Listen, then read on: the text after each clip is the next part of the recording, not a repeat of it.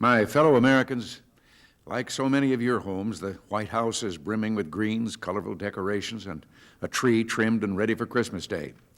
And when Nancy and I look out from our upstairs windows, we can see the national Christmas tree standing in majestic beauty.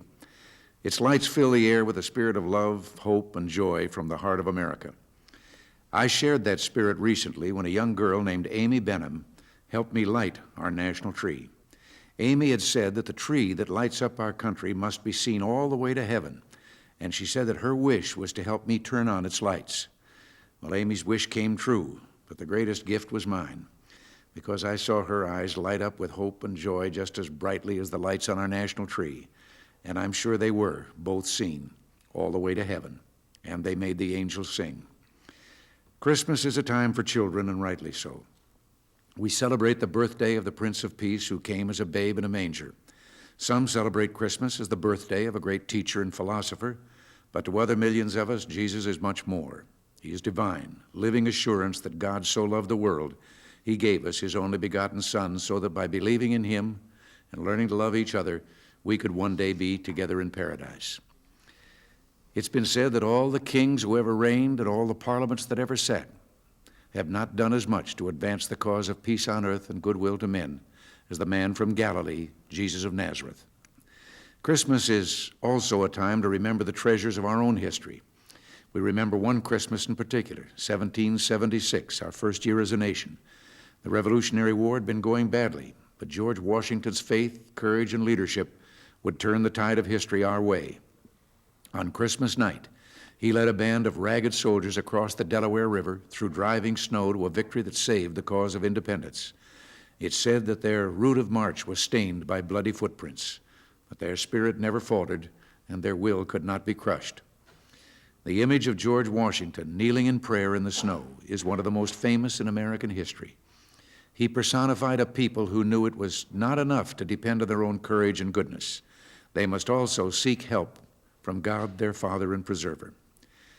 In a few hours, families and friends across America will join together in caroling parties and Christmas Eve services. Together, we'll renew that spirit of faith, peace, and giving, which has always marked the character of our people. In our moments of quiet reflection, I know we will remember our fellow citizens who may be lonely and in need tonight. Is the Christmas spirit still alive, some ask? Well, you bet it is.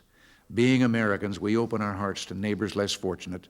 We try to protect them from hunger and cold, and we reach out in so many ways, from Toys for Tots drives across the country to Goodwill by the Salvation Army to American Red Cross efforts which provide food, shelter, and Christmas cheer from Atlanta to Seattle. Churches are so generous it's impossible to keep track. One example, Reverend Bill Sengel's Presbyterian Meeting House in nearby Alexandria, Virginia, is simultaneously sponsoring Hot Meals on Wheels programs, making and delivering hundreds of sandwiches and box loads of clothes, while visiting local hospitals and sending postcards to shut-ins and religious dissidents abroad. Let us remember the families who maintain a watch for their missing in action. And yes, let us remember all those who were persecuted inside the Soviet bloc, not because they commit a crime, but because they love God in their hearts and want the freedom to celebrate Hanukkah or worship the Christ child. And because faith for us is not an empty word, we invoke the power of prayer to spread the spirit of peace. We ask protection for our soldiers who are guarding peace tonight, from frigid outposts in Alaska and the Korean demilitarized zone to the shores of Lebanon. One Lebanese mother told us that her little girl had only attended school 2 of the last 8 years. Now, she said, because of our presence there, her daughter can live a normal life. With patience and firmness, we can help bring peace to that strife-torn region and make our own lives more secure. The Christmas spirit of peace, hope, and love is a spirit Americans carry with them all year round everywhere we go. As long as we do, we need never be afraid, because trusting in God is the one sure answer to all the problems we face. Till next week, thanks for listening. God bless you, and Merry Christmas.